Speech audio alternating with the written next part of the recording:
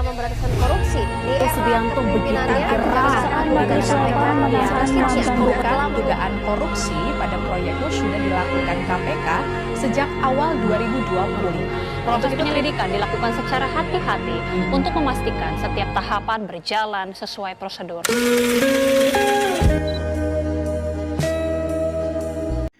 Assalamualaikum warahmatullahi wabarakatuh. Izin memperkenalkan diri, nama saya Abdul Hamid dari RA1 Prodi Manajemen dengan NIM 6122510106. Di sini saya akan menyelesaikan tugas UAS Pendidikan Anti Korupsi yang diampu oleh Bapak Robi Nur Tresna SH MH CPM. Di sini saya akan menjelaskan bentuk-bentuk korupsi. Korupsi merupakan salah satu masalah serius yang dihadapi oleh bangsa Indonesia. Tindakan ini tidak hanya merugikan keuangan negara dan menciptakan ketidakadilan sosial. Oleh karena itu, penting bagi masyarakat, terutama generasi muda, untuk memahami bentuk-bentuk korupsi agar dapat mencegah dan menolaknya sejak dini. Apa sih pengertian dari korupsi dan apa saja bentuk korupsi yang sering terjadi di Indonesia? Mengetahui tentang korupsi secara umum dan mengidentifikasi bentuk korupsi yang terjadi di Indonesia. Pengertian korupsi menurut Undang-Undang Nomor 31 Tahun 1999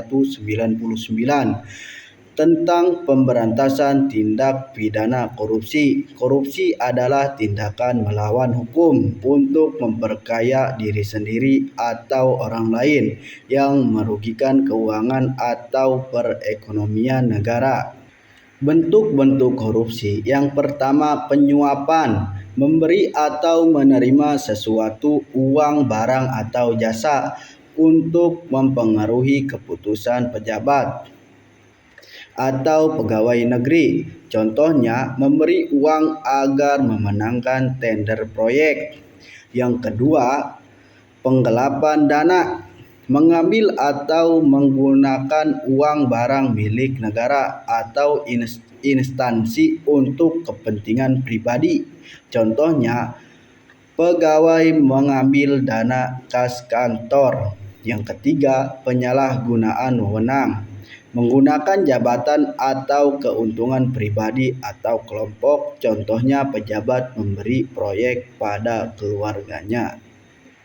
Yang keempat, manipulasi laporan atau dokumen, memisahkan laporan keuangan, data proyek, atau dokumen resmi untuk menutup penyimpangan. Contohnya, laporan keuangan tidak sesuai dengan kondisi nyatanya. Yang kelima, pemerasan, pejabat memaksa pihak lain memberikan uang atau fasilitas agar urusannya dipermudah. Contohnya, oknum polisi meminta uang agar tidak menilang pengendara. Yang keenam, markup, menaikkan harga barang atau jasa dalam laporan agar mendapat keuntungan lebih. Contohnya, harga laptop untuk pengadaan sekolah dinaikkan 2 kali lipat dari harga pasar.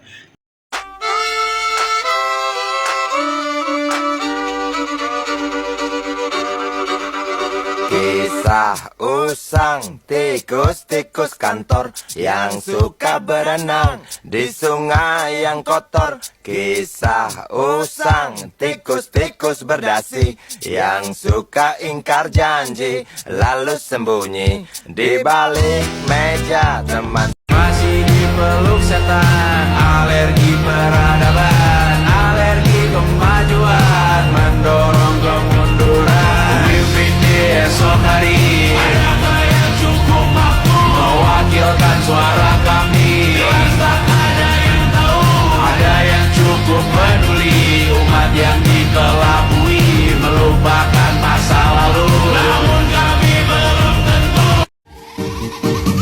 Aku semua pada kejahatan, aku lagi susah mereka nggak ada. Coba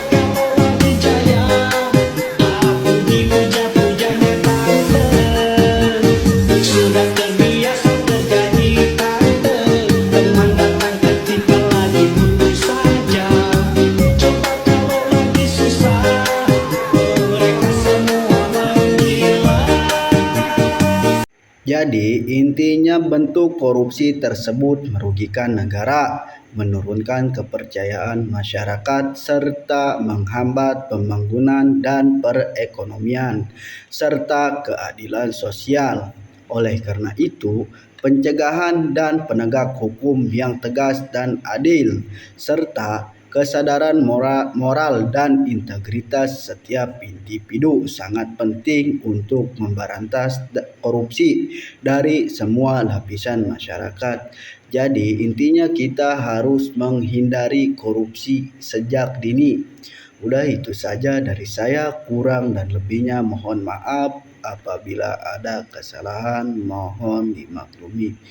Sekian dari saya. Wassalamualaikum warahmatullahi wabarakatuh. Kami ini para koruptor.